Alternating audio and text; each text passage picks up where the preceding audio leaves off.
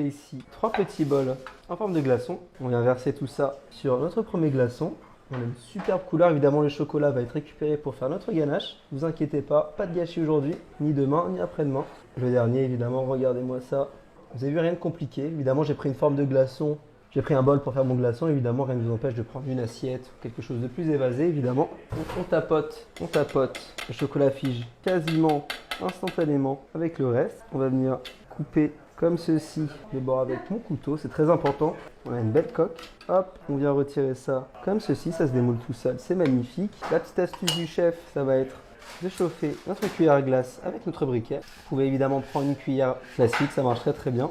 Et là, on va venir creuser comme ceci les bords de notre coque en chocolat pour créer des sortes de petites indentations, des creux très symboliques de nos parapluies. Je vous invite à rester jusqu'à la fin de la vidéo pour voir le résultat final, ça va être incroyable. On a notre super coque, on récupère notre crème chantilly. Là, on vient chercher la gourmandise.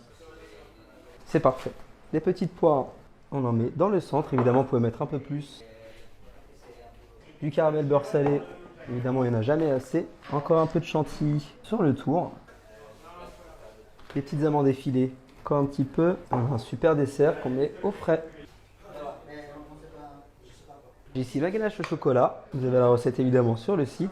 Petite astuce, on prend un cure-dent. Regardez-moi, on a la texture parfaite, ça s'enfonce parfaitement. Et là, on va tout simplement dessiner une forme jusqu'à maintenant assez mystérieuse. On fait un parapluie aujourd'hui et évidemment, on va faire du parapluie. Ce qui est bien, c'est qu'avec la quantité de ganache, on peut en faire plusieurs. Ça se découpe tout seul vraiment, il n'y a aucun souci.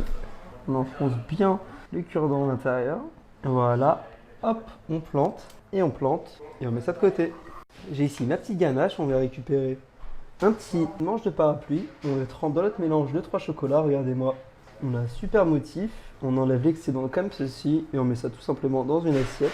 Hop, l'opération, on la recommence, cette fois-ci avec le manche le plus petit et le petit dernier bien évidemment. Je trouve ça très hypnotisant de voir ce petit effet. Rien de compliqué encore une fois, si j'y arrive, tout le monde peut y arriver. Hop là, et on met ça de côté. Je reviens avec nos superbes coques en chocolat. La dernière petite touche, un petit peu de cacao en poudre, ça c'est pour la couleur.